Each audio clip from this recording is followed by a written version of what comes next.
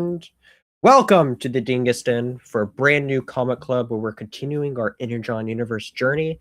This time, we're talking about Cobra Commander, which, you know what, I'm very excited to get into this one. So, you know what, let's just hit that intro and get into it. Welcome to the Dingus Den.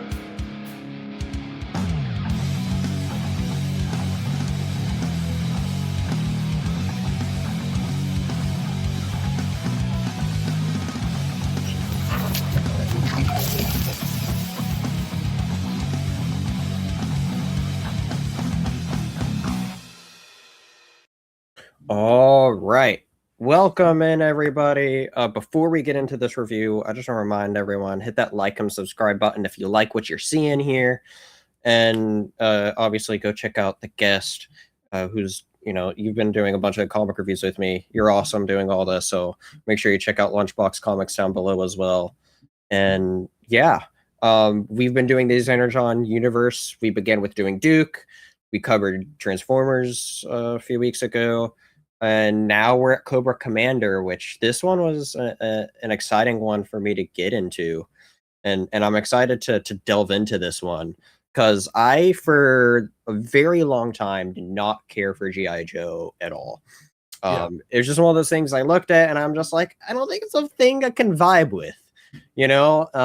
Obviously I grew up as, you can tell I'm a younger person where G.I. Joe was never really prevalent in my, when I was younger or anything, I guess, it's known to be the big 80s franchise that you grew up with. Yeah. It was on every day after school, the cartoons and toys and all the whole deal. Yeah. And then I guess the closest connection that my generation had, even then, I think when they came out, I was still just like a couple years younger to have really caught the movies. But if you remember, they did a couple live action movies. Not the Snake Eyes that they did a few years ago, but like they did a couple other G.I. Joe ones. I don't remember what they're called, but live action movies. They were called horrible, but yeah, they were called. And so, not the best thing for G.I. Joe to have, for the closest thing for, I guess, people my age to like grow up and watch on. Obviously there's reasons why those didn't go anywhere. Same thing with the new Snake Eyes. I wasn't a fan of that.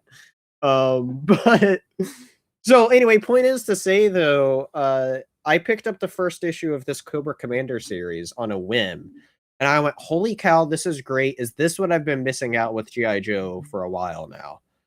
Just because it does things, to my understanding, and we'll get into it, is that it mixes kind of a bunch of G.I. Joe things in a different kind of way.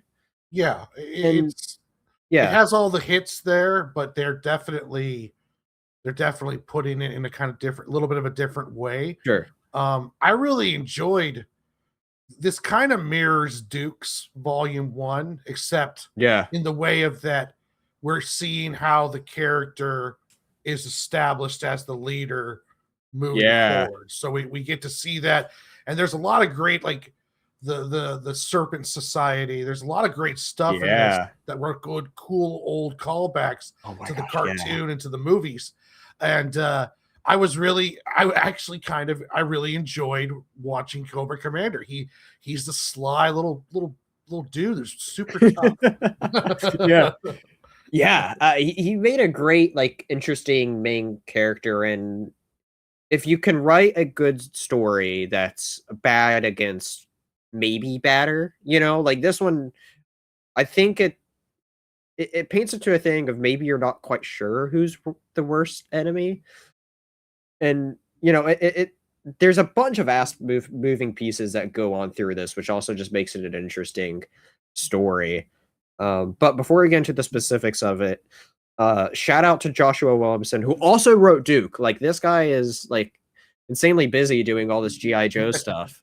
And so he's doing a great job on it. And I definitely could tell he played with G.I. Joes as a kid, because he's really hitting the nerve on, or hitting the essence of G.I. Joe with this stuff.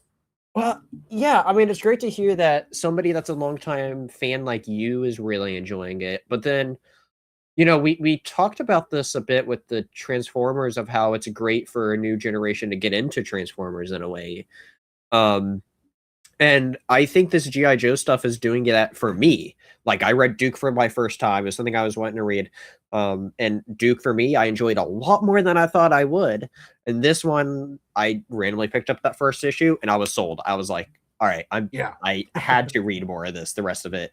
And so, like, he's doing the work for making me want to go back and read the original G.I. Joe by Larry Hama and maybe even watch some of the show. I actually did one time fall asleep watching the show one night. So, like, you know, but that's all credit to Joshua Williamson, though, of what he specifically did for me. This first issue here was awesome. And so shout out to him for doing a bunch of awesome work here, which is excellent. So Cobra Commander Volume 1, well, technically only volume.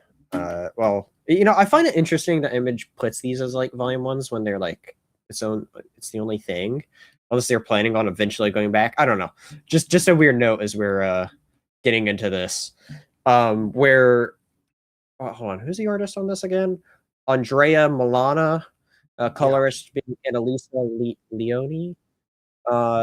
Shout out to all the art and stuff in this as well, which is just fantastic, which you can, you know, see right here, where he goes into no man's land, not to be confused with Batman's no man's land.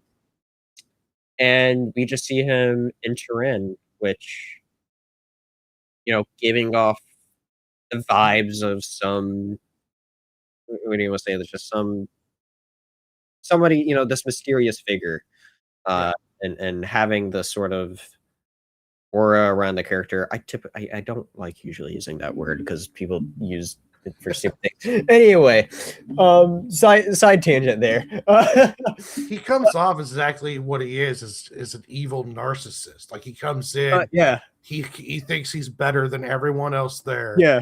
And even in the short dialogue, he's just straight up just like, you know, I need a vehicle.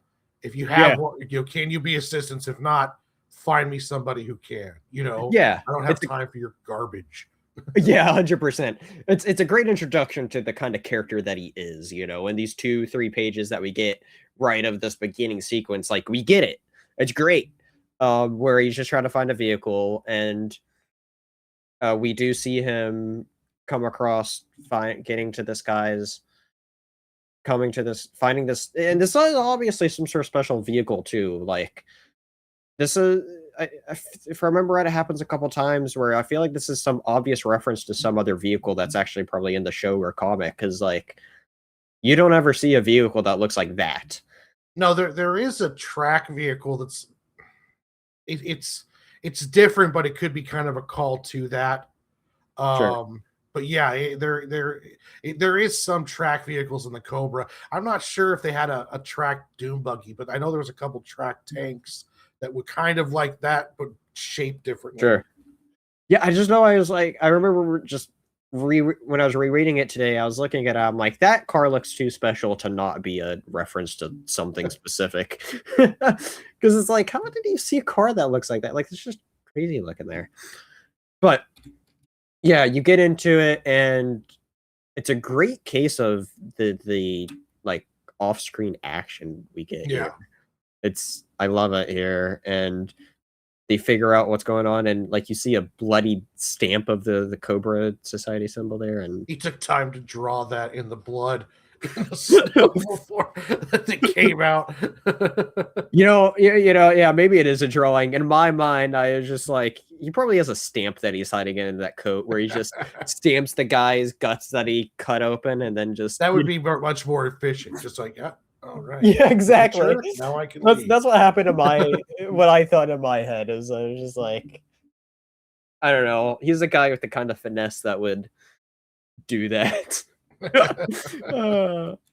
But yeah. So, and then, you know, I don't know how big this is a thing or really a thing in the original stuff, but this is something I found really cool, where you get into this Cobra land, showing what's going on before the events here. Yeah. Cobra Law. I don't know how I feel about the name. Okay. It's kind of like Shangri-La, but you're using Cobra Law. But at the same time, it just sounds kind of silly to me. It was the one thing in the whole of the book there I was just kind of like, I don't know about that one. Fair enough. Is this like a main thing at all, or a thing at all in the other previous versions? I think so. I remember the Serpent Society. I'm not sure if that's even what they were called because it's been a while. But I do remember, especially in the movie, that there was a whole kind of serpent themed society, almost like the underground reptilian kind of thing. So it's definitely playing off of that. I remember they were big in the movie because the original animated movie, and I remember the toys. I actually had the toy of the main guy in this the society, so I remember having that. Oh, nice. Yeah, it was so there's a lot of callback to the original cartoon in this stuff here. I'm gonna have to go back and watch that movie. I hope that movie can be watched well as a standalone without really having watched the show, because I read these in the single issue format. I bought them all as they came out, and they reference at the end of either the first or second one, Joshua Williamson was saying that movie was a big inspiration to him specifically. So yeah, a lot of this serpent stuff comes from that, because that's where a lot of those characters were introduced. There was like this one guy that had a big old cobra kind of headdress. Yeah. And what's funny about the movie was in the first parts of the film, spoiler, Duke gets a cobra arrow into his heart. Now, original plan was to kill him off, but the Transformers movie came out before this, and Optimus dies, spoiler, in the beginning of the old Transformers movie. And they had such a terrible backlash from the kids and from the parents that they actually changed the script, kept Duke alive, and then when you see him next, he's like in a hospital bed, just kind of bandaged up like it was a shoulder wound. That sucker was straight up poison snake arrow to the heart in the movie. So it's kind of a fun little thing where they're just kind of like, maybe we shouldn't kill these heroes in front of children in the movie. I mean, it's funny because I see so many memes about that Optimus Prime being like the traumatic, death scene that, we finally get a movie. You're a kid, you go to the movie theater, and like the first 10 minutes, Optimus gets killed, and you're just like, what? Where's Optimus, mommy? Move aside, it's what's his name, Hot Rod in the movie, is that right? Mm-hmm. But anyway, yeah, you're selling me on making me want to watch that G.I. Joe movie. I'm gonna have to go back and check it out.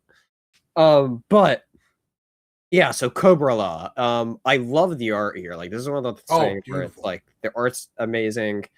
It sets up this whole weird society thing, and like, I didn't know anything about G.I. Joe going into this, so when I opened this up, this is one of the things that really caught me.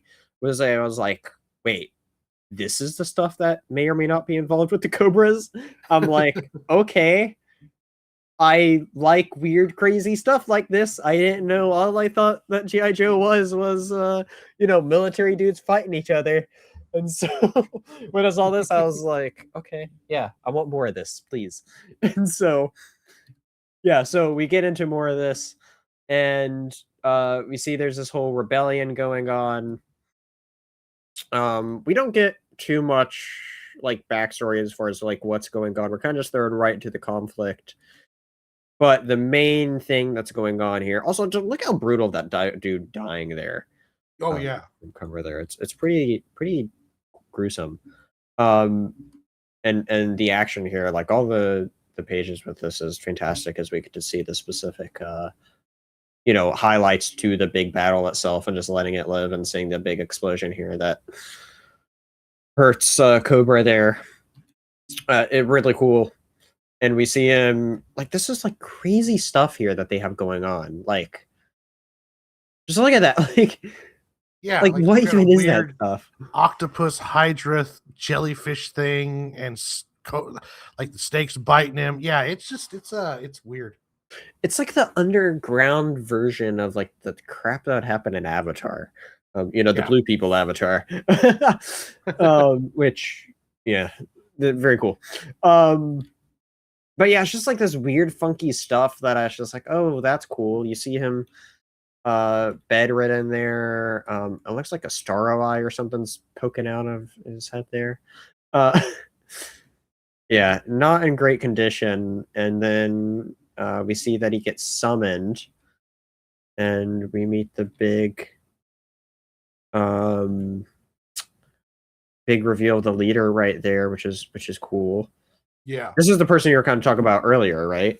Yeah, you get to see him without his cloak off later, and I instantly remembered him from the toys, or the toy that I had, and I believe he premiered in the movie too, because I believe a lot of this stuff that, like you said, does come from the movie, and it's cool too because Cobra Commander was always the main villain, but he was never always the most powerful. He was just the most cunning. And he was constantly battling Destro, constantly battling Serpentor. There was always people that would fashion themselves to be stronger than him, but he always came out on top. And it was this was just more of like his origin story, you know. Yeah, that's cool. I don't know. Like I said, this is such a great introduction to the character here, and being able to learn all these different sort of aspects about him. That, like, yeah, he's important. He's not the head honcho though, but he's like, you know, he is a person of power though. Yeah, and so yeah, it's cool to see. And in the cartoon, they never showed his face until way later. So they're keeping the tradition alive, is where you don't get to see. You just get enough of a sneak peek to be like, "What's that eye thing going on? I mean, what's going on with this guy?" And then he puts on the mask, and then you don't see anything underneath. The only time you really get to see his face was actually a few pages back when he was getting his ass blown up. At the bottom right here, that's really the only place you can see. But even then, that's very shadowed. You know, you don't get to see what he actually looks like, and I love that aspect. I love a great story that focuses on the villain, but then doesn't do anything. Which you know, sorry, I got completely distracted there. Train of thought.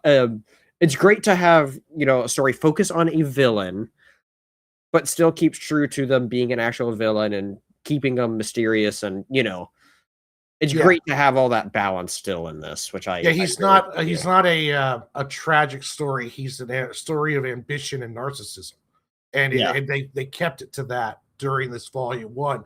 It's showing just how much of how powerful he can be, even though he's maybe not the best fighter in the world or along those lines. But he's still cunning, and you got to keep an eye on him. Yeah, and this and you know, you're talking about that, and these pages specifically are like great at showing that too. Yeah, like where he's there, and you know, the guards are like trying to attack him because they're like, "We don't need you," and he's like, "Oh, actually, you do for this thing that I'm trying to go after." And he unleashes these badass like robot bug things and completely demolishes them. And then here we get, you know, at the bottom there, you could actually see another look at the leader there, which gave me, I always forget the person's name, but like Frankenstein's servant. Igor. That's it. Igor. Yeah. Igor. It reminds me of Igor there. Of how you just see the one eye poking out, you know, like that. But yeah.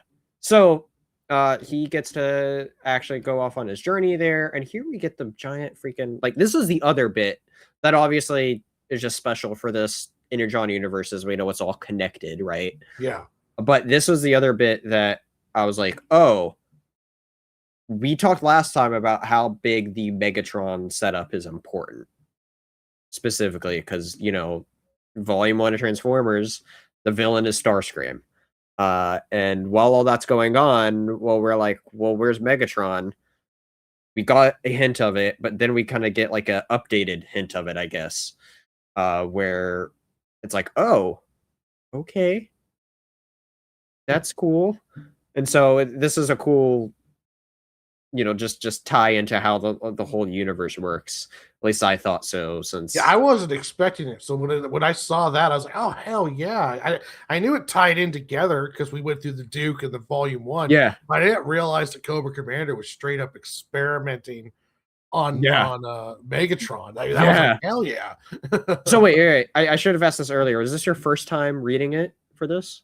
Yeah, I had the Okay. issues, but I never took time to read them. So then Gotcha. when we said we are going to do this, I went through it and I was like, hell yeah, this is good. This is very Yeah. good. Yeah, for sure. So, but yeah, that's just insane. And we even get these like little bits of them being able to see exactly what oh my gosh, why is the planet blanking now? What's the planet name? Oh, Cybertron? Cybertron. I was trying to say something else and I was like, that's wrong. But yeah, they're able to like extract a little bit from his memory there, and he's obviously getting tortured there. It's like, oh my gosh. Another great way to really show how fearsome this villain is, of just like, that's Megatron. Yeah. Like, everyone knows Megatron. And to Cobra Commander, he might as well be a hamster. Like, he needs something from him. And it's that ambition that Cobra Commander shows this entire volume, which is really great from the cartoon, because you don't want Cobra Commander to be a little Weasley guy. He needs to be a menace, and he is a menace in this volume 1. Oh yeah, he really is, which is just awesome. And look at that like grin we get with Megatron as well, which is awesome. And so anyway, he sets off on the adventure. Turns out that he has a bodyguard, I guess, essentially hired to be like, gotta make sure nothing happens to you. Yeah. So they go off to Florida, where, well, you know, things are going crazy because it's Florida they're going to, and as well. And then also dreadnoughts are involved, which means nothing to me, but I'm sure that's a big G.I. That Joe. was like another thing. Ooh, I know them. Oh, yep. Yeah, I know in the current G.I. Joe run, they're just about to finish up the Dreadnought War. Is the current story arc title that they're going through. So the finale of that's coming out, which is exciting for when we eventually reach that, knowing that this is also long term. Not only does the series set up Cobra Commander, but it also set up who the Dreadnoughts are, as they play a very big part in this, where we also get to see, like, this is how we meet the Dreadnoughts, is they literally murder innocent people. Like, these issues are bloody. I probably should have given a PSA warning before this. These is a bit it's a bit gruesome. I wouldn't say it gets worse than this, but so these are definitely edge in R. Like Invincible type kind of R, but not quite. This is like maybe PG-13, but with the amount of blood, they probably would make it R. Like, you see torture, which is a big thing, like, that's the thing. It's the kind of scene that, because of that one scene, it bumps it up to an R rating no matter what. And so, yeah, gruesome stuff you see. And they get this badass ride too. This is the other vehicle I was like, this is surely a specific vehicle from G.I. Joe. Like, I'm pretty sure it is. That's what I thought too. I don't remember it exactly, but that looks like a toy written all over it. Yeah, it's like, you don't ever see, even without the miniguns on the freaking car, it's like, you don't ever see anything like that at all. Yeah. It's weird. It's like a mix mash of, like, I'm trying to tell what it is. It's like, it's almost like a Optimus Prime, like, front of the truck in the middle there, and then they attach like a car hood. Yeah, like a Camaro or a Thunderbird front end. Yeah, it's a bizarre mix right there, which is just like, that's certainly something specific, that, like, some toy that they're doing. See, that's the other cool thing too, is we get some cool references of toys coming back in really cool ways. Like, across a lot of franchises, we get to see vehicles come back that were just random toys, and then they become canonized. And not saying that this vehicle wasn't in the show, I don't know, but, like, I wouldn't be surprised if it's something like that as well, whereas it was just a toy, because back then the 80s toy world was very different. Being able to literally come out with whatever. It's interesting when you bring it up, because it's like, what started off was just simply a vehicle to sell kids toys.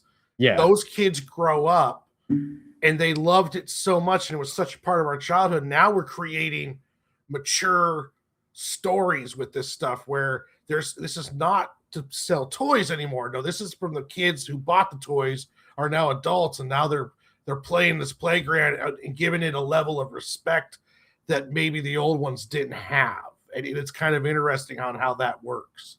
Yeah, absolutely. I think that's a good point for sure. Yeah, it's just always interesting to think how different it is now. Because back then, it's crazy to think that shows like Transformers, G.I. Joe, He-Man, they were created to sell the toys. And now it's the other way around. Any merchandising is used to help sell the actual show or TV show or show or movie, you know? It's just crazy to think how they're reversed now. I love how Cobra Commander was going to snatch that kid. Oh my gosh, that's insane. Like, he's literally, like, you look at this here, and it's like he's trying to force choke him or something. Yeah, because he's like sticking his tongue out at him. Yeah, it's crazy. And he goes in, and they infiltrate, and you get a little interlude here of what's going on. This is the big bodyguard guy's memory. Yes, of what was happening to him. And no, something's going on with him. We don't know what yet. But I didn't recognize this. This may be from the cartoon. I don't know. What he is, though, was a big call out from the movies. Like I did when I saw him in his real form. As I say, we'll get to that. I was just like, oh crap, I know him. Yeah, it's interesting because it's like that's like Starro looking thing getting attached to him. Yeah. It's interesting here. So anyway, they go travel into. I love this bit here where it's like the bodyguard's like, hey, you can't be protected, or you have to be protected, so let me handle this. And how does he deal with him? Well, first off, it's like a Terminator move right there, where he just takes all the shots, doesn't matter, and then he just, this is insane. He just rips his arms off as he headbutts him to death with one strike. Yeah, and something else great here too is we get these great. We highlighted these a lot specifically with the Daniel Warren Johnson stories that we covered, but we see them here as well, where the big letters stand out, you know, for the sound effects with it, and like it's fantastic here. And just this movie is just like, holy shit, okay. Wow. And so, anyway, Cobra Commander finds the shed here. He's trying to figure out exactly what he's searching for,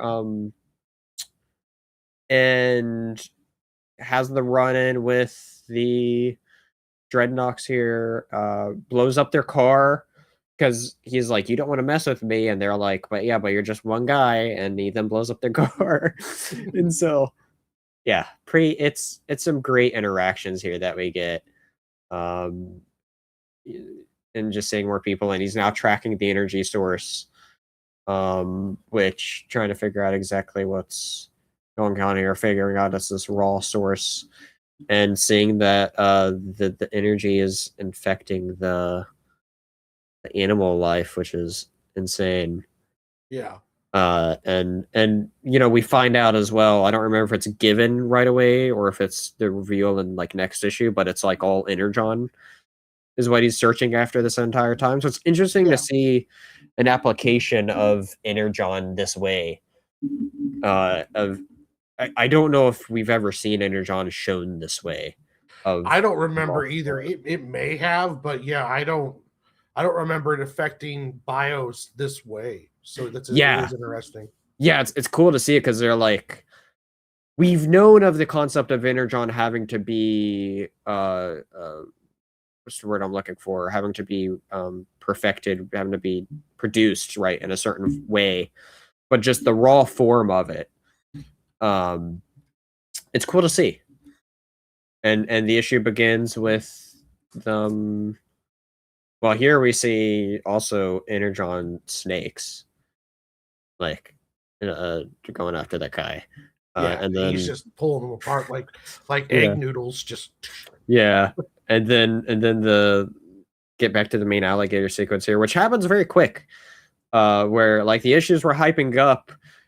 The end of issue 2 was like, come back next month for Cobra Commander versus the crocodiles, or the whatever they called it. And then it gets taken out very quickly as he gets captured. Cobra Commander gets captured by the Dreadnoks, where he gets tortured, and that's like the main focus of this issue is that he's getting tortured throughout. He straight up has the Batman defense, like it's like they reach the helmet, instantly get shocked. Oh yeah, we get that right here. They then cut through the helmet. Well, just a part, like a sliver of it, which is prevalent throughout the whole rest of the series, which is cool to see. And yeah, seeing him being able to endure all this torture, it also just shows how much he's really capable of. Is they're like, they almost reach that point of where they're like, hey, we're impressed you're able to endure this much. Yeah. You don't know what to do. This bit was a bit like, holy, like insane, where one of the guys starts making him bleed with his own blood. And like, look at all the blood around him though, too. Is like, it really paints a picture of how much he's really enduring. Like, that's his blood. Like, how all that blood there, that's his. And then they make a smiley face out of it. Which is just sadistic, and it's a great setup for the Dreadnoks for sure. Yeah. And Cobra Commander starts playing with them, spreading these lies, and then that main lead chick, she's like, I know what you're doing here. Shut up. Stop doing this. And anyway, he gets taken out, and yeah, all hell just breaks loose here. They run into the bodyguard, who tries to get a chainsaw goes to his head, where, oh my god, just like, look at this. Yeah. He realizes they're wrong, so he rips it off. I thought he was a Terminator at first, but then when I saw this, I instantly remembered the toy and this character from the movie, and I was just like, oh. See, I don't know, have any idea who this is. I obviously need to go watch that movie. It's very high on my list now after talking about all this stuff in connection with the movie, with how much I like this story as well. But obviously, though, even without knowing who this is, it's like, it's obviously something. If it's still if it's not a somebody, even more, some person that's obviously very badass now. Like, yeah. Holy cow.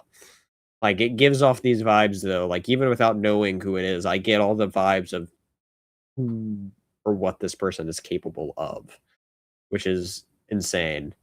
And I think this is literally how that issue ends, if I remember right. Is this right here, which is just. I have to say, the smiley face looks good on him. He should have kept it because it looks creepy as shit. I gotta say, it gives off another like level of like creepiness to him for sure. Of like, yeah. And it doesn't help too. Like it all the noises on the off-screen action here, it really just builds all to it. Like of you know, it's really like a Joker vibe going on there in a way, where a Joker really would just stand there, but instead of laughing, he's just smiling there. Yeah, the font kind of gives off that creepy Joker kind of feel too. Yeah, for sure. Which is awesome. So anyway, he goes in, he finds a scientist doing all this Energon stuff, which he ends up working a deal with. This wing person. What's this person's name? Do you know the name of this wing creature? No, I don't. Okay. I think they mention it later, but I'm not 100% sure. Right. Okay. So anyway, this big demon person, I don't even know what you call this person, but anyway, the person's doing their stuff up here. Taking care of all the Dreadnoks. Cobra's down there striking a deal with the scientists and being like, you know what? How about you work for me now in a lab that you'll actually get all the stuff that you need. Here he's actually being able to see Energon cube production, being able to see it be refined and not just a raw resource, which is cool. And it fixes all of the robots, which we were talking about in Transformers, about how, like, can you even kill an Autobot or, one of these guys? Because it seems like they can be fixed through almost anything with Energon. Yeah, that's certainly what it seems like here. But anyway, Cobra goes out, and then there's a big confrontation, a big fight between these two. Yeah, Cobra finds out that once the mission was done, this guy's order was to kill him, and it's the big betrayal of the society. Big betrayal. And they have the big fight here of, Cobra's match might be here as this guy he's pretty insane. Like, look at this. There's some really awesome action here. Really like it, which is just excellent as they go at it with each other. But yeah, just like the motion with this, it's pretty great art here and stuff as we go that we're looking at. It's awesome. But yeah, so we go on. Turns out that the all the bots form into an Iron Man glove. Freaking awesome, as that gives him the final. Like, look at this. That's just epic. Cobra Commander is now Iron Man, so maybe you call him like Iron Cobra now. I don't know. That's not a bad name though. Iron Cobra. Iron Cobra strikes, and he wins there, and then takes this guy hostage, and learning who the distributors are that the Dreadnoks are working with is Mars Industry, who Destro's all connected to. Yep. Which is epic. So here we reach an interesting point, because that's the end of issue 4, and it's like those 4 is kind of like its own complete arc in a way there. This last issue is kind of like, while it's still tied into the story, it's also very much like a epilogue issue, which is interesting. Yeah, it's the first 4 sets up Cobra Commander, and then this one helps tie it all into the regular series, and then it's time to launch off then. Yeah, for sure. Which is cool to see here, is we get this passage of time right at the beginning of issue 5. Yeah. Where it's all these coordinated attacks that's going on against the Mars different facilities. And Destro's there learning and figuring out, oh crap, there's something wrong. The guy that Cobra captured earlier gives him the message of being like, meet me at this location, where this poor guy. As I say, this guy's poor. We'll get to his fate here in a moment. But he gets jumped here. Like, this is just like an insane thing of, he's like, are you sure this is the right place? It's just a neighborhood. And then lasers everywhere. To just wipe out, making sure it's only the guy left with his number 2 and Destro, or not Destro, oh my gosh. Well, yeah, Cobra Commander leaving Destro with his number 2. Cobra steps out, and yeah, having that look that we first saw him with in issue 1, proving that's just him, that they're there to talk. And he shows him all this Energon stuff. Apparently is all underneath the subdivision. So what a way to hide something, it's like a super secret Russian project, that's all hidden under there. And then the scientist that we met earlier last issue, he literally whispers to him saying, "Kill me, please."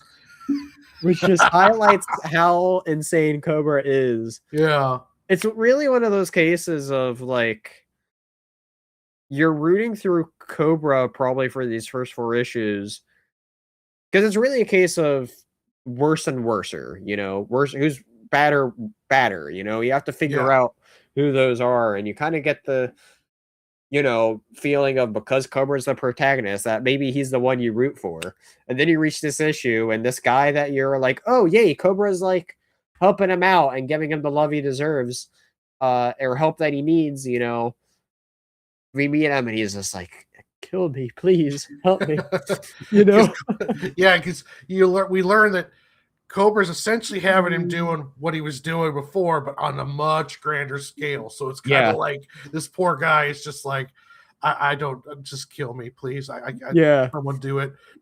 Yeah, seeing these special like armor things go into production, seeing like these Iron Man suits actually that are like, well, I don't think there's anything in them, but like, they were from the end of the Duke series, and now Cobra has improved on them by giving them the Energon power source. And how insane too that he literally shows them off by killing his own people and being like, yeah, we'll find more of them. Wait, there's plenty of those. Henchmen are a dime a dozen. So yeah, he's like, there's plenty of where they came from. It's fine.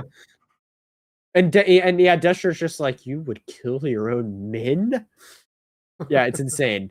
It really just shows how insane of a villain he is, and highlighting and being like, the future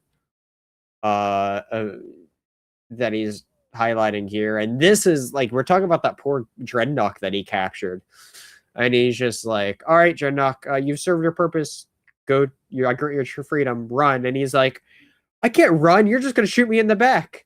And he's like, well, I suppose you have some brains after all. It's like, oh my God. And he's just like, anyway, you poor soul, come along, Destro. Where we then see, the whole thing of Cobra set up here. Yeah. Which is just insane, which is cool. And then we get this end little bit with Cobra Law, which this is like kind of like, I still don't really know what's going on here. We get to, as you referenced earlier, we get to actually see the Cobra leader there, an actual full-on like half snake body. Yeah, I want to say Serpentor, but I don't think that he is. But he might be Serpentor. I'm not 100% sure. Okay. See, I'm gonna have to like look into more of this stuff, and like they learn of this whole Cybertron deal going on, and they're like, all right, well, we gotta take to the stars now. Which, what, they can go in space now? Like they're in a spacecraft now? Is Cobra Law a spacecraft? Some kind of bio. And in the movie, they were all their weapons were bio. Like the arrow that kills Duke is like a snake he pulls out, and it goes rigid, and then he throws it. So they have this kind of biotech thing going on with these guys. That's interesting. And so, yeah, that's just wild, because it's like, now it's a full-on living spaceship that they're able to just use now, I guess. I don't know. Yeah. I'm excited to see where this goes. So am I. It would be interesting. Do we have a way to know, like, because this definitely fits in chronologically after Duke Volume 1 and after Transformers Volume 1, but I'm wondering what comes next. Is it G.I. Joe straight up, or does the Scarlet play into this one too? Well, I know the immediate follow-up to this is Destro. Oh, okay. Yeah, okay, excellent. Next. So then we'll get, the Destro one. But we'll be reading Scarlet next. There's an X-Men G.I. Joe, but then next time we'll be doing Transformers Volume 2, and then we'll do Scarlet. Okay. And then we'll hit Destro up. Destro, yeah. Somewhere around there, yeah. So we're rotating through them as equally as we can. But I'm excited to read Scarlet and Destro now. And then, I've read the Transformers ones, and those are amazing. But these G.I. Joe ones have been really a treat. Yeah, they've been awesome surprises, I think. They've been really cool. And this issue, like this miniseries, I understand that it twists a lot of things in ways that hasn't really been done, but it's because of how they do these twists and how they change these things is where I'm like, I'm sold. I'm sold of all the stuff they're doing. I'm in. It's like, it's this kind of integration of where, I mean, I obviously don't 100% know of how true they're keeping to the source material, but it's like these stories that you're giving me. I mean, this series, like, it completely sold me of everything, because I didn't know Cobra Commander at all. Duke I really liked, but like, don't get me wrong, I really like Duke, but it's like this one I liked a little more. Just because it's like, it's great delving into a villain and not taking apart who they are. Because, there's there's a lot of criticism that all villains eventually turn into, or a lot of villains eventually turn into just being like a gray moral area character, Yeah. But it's like this one, like, he's the bad dude the entire time. He never once has a motivation that you root for.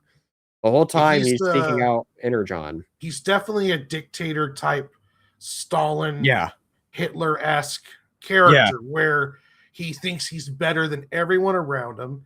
He thinks he's smarter than everyone else. And there's a certain level to that because how cunning he is.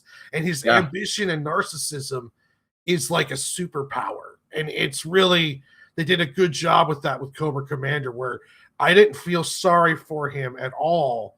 I was just kind of in awe on just how evil and resourcewful he is. And it's insane. He goes to show why he comes out on top all the time.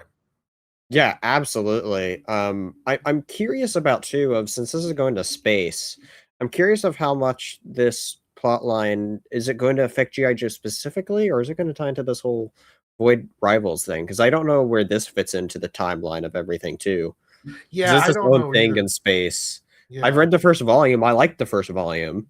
But I haven't kept up with it. But I like it, but it's just like its own sci-fi thing. It has some connections here and there with other aspects of Transformers lore. I'll just leave it at that. But I'm curious if what we saw with the ship ties in more directly into this series than G.I. Joe. So, but we'll see though. It's a very exciting like way to set up Duke and all this stuff, which is awesome. And so I'm as you said, I'm excited to read more of this G.I. Joe stuff. Like this stuff is turning me into a G.I. Joe fan. So Yeah. I highly recommend everyone to check out not just this, but also Duke. Check out all the Energon Universe stuff. It's really cool. Yeah, he's really hitting on like a it. top really good line. And from the sounds of it, there's going to be a Transformers cartoon that's essentially Invincible style based on this. And you can't do this without having the Duke and the Cobra Commander stuff too. So I imagine they're prepping to start off with like a Transformers and then spawn into spin-off G.I. Joe series as well. If I remember right, they're specifically wanting the TV show to be that crossover, I think. Yeah. And so it would be wild to think too. I don't know why I just thought of this, but what if everything in these comics is leading up to the TV show? Wouldn't that be crazy? That would be crazy if it was an extension of instead of just a reinterpretation of. Yeah. That would be really interesting. Like everything's leading up to the TV show where everything's going to go bonkers. I don't know if Hollywood has that much balls. Like it sounds awesome, but just, you know what? This is very valid. While I don't disagree, you have to also think of mine. This is Robert Kirkman heralding this, who is. That's a good point. He has a bunch of power within his space there. And he's got a lot of goodwill because Invincible is an Amazon hit. So yeah, it's an Amazon hit. So I won't be surprised if there's another animation studio that he's working with for all this stuff, or maybe even the same animation studio where they grew their workforce. I don't know. I don't know who's working on that show specifically. I'd have to look up I know it's going to be Amazon, but they said in the theme of Invincible, but that doesn't mean it's the same animation studio. I hope they go to one of those anime studios. That'd be excellent. The anime studios just do action. I don't remember the name of the animation studio, but it's a Netflix one that they did. They worked on Castlevania, then they worked on Blood and Zeus. Treehouse, is it? I don't think so. And then they worked on Kevin Smith's Master of the Universe. They have some of the best animation out there, which is just have really good animation. So that would be another good one. But I don't know if they're locked up with Netflix. Though. They are. I don't know what they're working on now, but they're on Netflix owned now, I believe. At first there's just contracts, but I believe Netflix bought them out a couple of years ago. But anyway, point to say, or all that to say, all this stuff is badass. We can't wait for more of this. We're excited to see what's going to happen with this TV show, which hopefully their plans works out for it. We'll see. But I am very excited for just all of it. I cannot wait. This Energon Universe stuff is some of the best stuff going on in comics right now.